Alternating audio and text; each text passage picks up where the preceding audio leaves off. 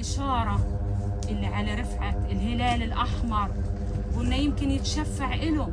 أنا هدوم رفعت ما كنتش أغسلهم عشان الإشارة ما تدوبش.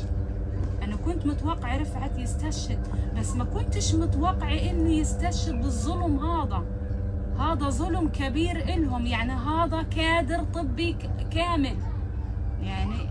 يعني صعب أبين أنا كأم شعوري، مش قادر أطلع اللي في قلبي قد ما أقول لكم. مش هقدر أوفي منظر الفيديو لما شفت. صادم صادم صادم. ألم والحسرة والقهر يعني قطع قلبي من جوا.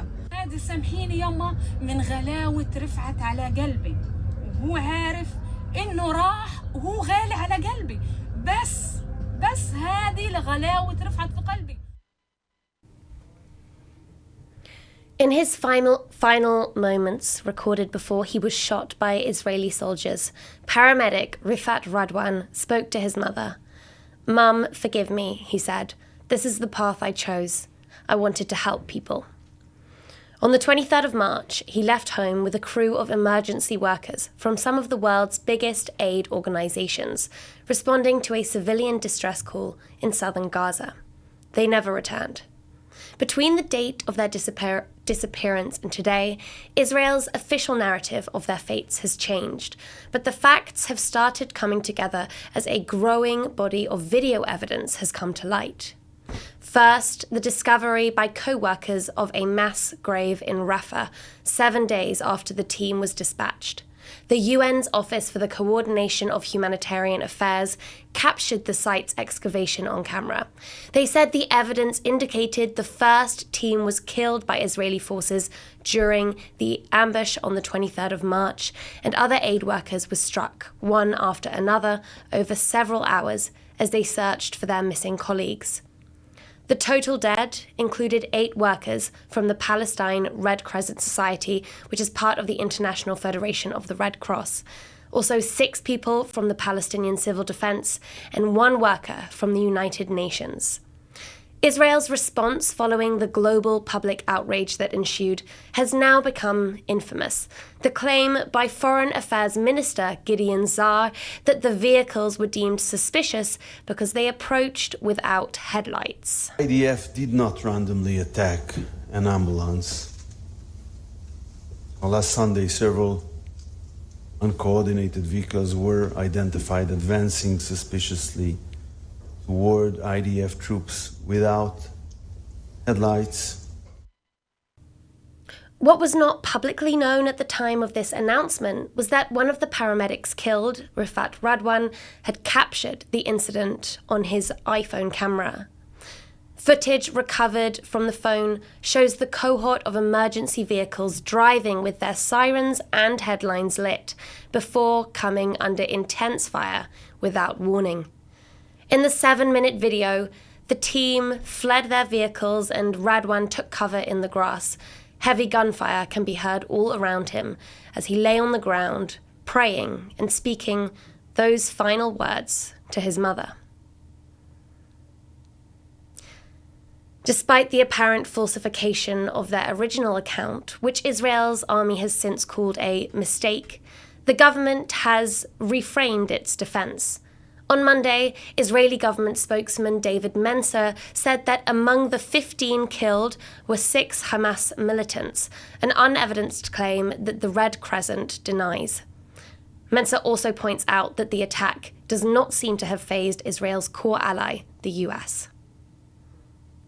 About the attack on aid workers in Rafah, whilst on a stakeout against terrorist activity, IDF soldiers opened fire from a distance at vehicles that were moving suspiciously in their direction. Among the dead were 6 Hamas terrorists. What were Hamas terrorists doing in ambulances? On the issue of tariffs last night, the Prime Minister met with US Commerce Secretary Howard Lutnick, together with US Trade Representative Jameson Greer. The meeting was described as warm and friendly and productive. There is indeed a long line of world leaders seeking President Trump's ear, and Israel is proud to be the first. What we know is that medical workers were killed wearing their uniforms and driving clearly marked emergency vehicles. We also know that the killing of medical workers is illegal under international law. Yet on Monday, Netanyahu went on his second state visit to the US and faced no questions from US President Trump about the killings. So, questions include how can the International Aid Organization protect their workers given this apparent impunity in the face of these deaths? Earlier today, I spoke to Tommaso Della Longa, spokesperson for the International Federation of the Red Cross, or IFRC, which includes the Palestinian Red Crescent Society. He spoke of a difference in global outrage expressed towards the deaths of workers depending on their nationalities, and called on world leaders to ensure justice is faced. Tommaso Della Longa, thank you for joining us. Thank you very much for having me. So the International Red Cross has endured over the past fortnight what your Secretary General described as an agonizing week-long wait for news about your missing colleagues, only to find out that they were killed one by one, as we learned from the UN, in their Red Crescent uniforms and then buried in a mass grave. How is well-being and morale among your colleagues in the wake of this news? Thanks a lot for this question. It's very important for us. Of course, we are all shocked. I mean, the video that we saw was sickening, and it's outrageous what has happened. And I think I'm thinking about the mental health of our colleagues in Gaza, of Palestine Red Crescent, and the shock that they had, and also the family of the people who were killed, the friends. I mean, it's something that it's really very difficult. But then I also want to say that the commitment of Palestine Red Crescent staff and volunteers didn't change. And it's really something that is inspiring and an example for all of us at international level. I think that they're really the icon of humanity, being at the front line of this emergency for 18 months, never stopped their activities, even with limited capacity, even in this awful, horrible, horrific condition that are working in, as we saw in the last days. We are seeing record numbers of humanitarian workers killed. Last year, that was 382. It included 32 members of Red Cross and Red Crescent societies. This was not just in Gaza, also in Sudan, although the majority of deaths were in Gaza at the hands of Israeli militancy.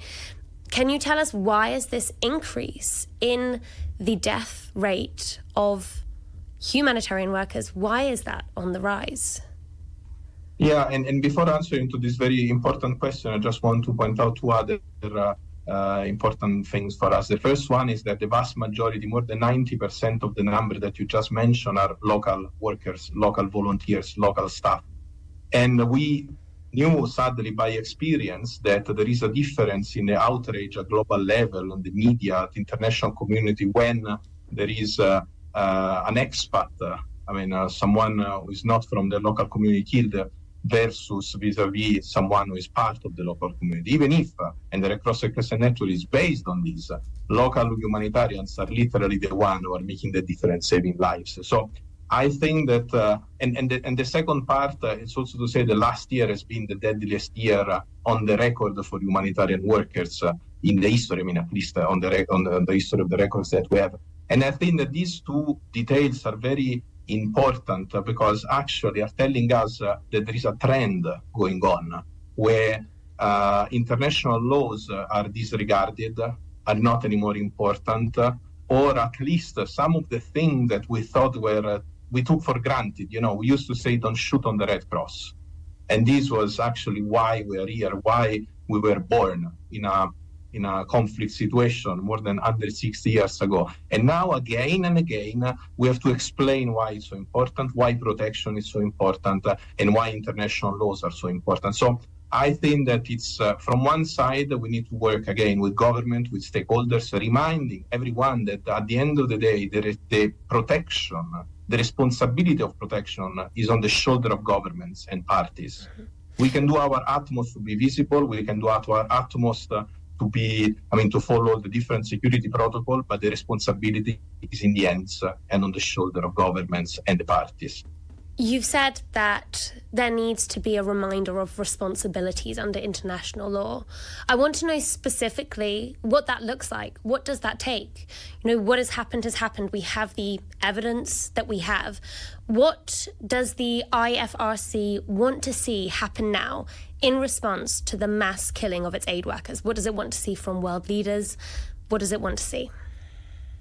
Well, I think that on the specific case, of course, we demanded justice, and our Secretary General was clear in saying that independent investigator must be allowed to have access and to really have all the facts. I think that is needed not only for us, but is needed for the entire humanity, I would say, international community, but first and foremost for the family of the people that were killed.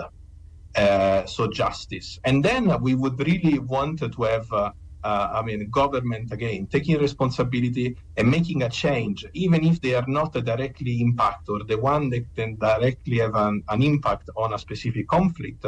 I'm sure that government could have impact on some friends in other governments who have to follow international humanitarian law. So what we want to see is international pressure to make sure that humanitarians are respected and protected, to make sure that civilians are respected and protected. We know that it will be not an easy job, but we also know that this is if we stay silent this time, we will be questioned for months, years to come. This is not the moment to be silent, it's the moment of action, and we expect the international community will take action on that. Tommaso Della Longa, thank you for joining us here at Middle East Eye Live.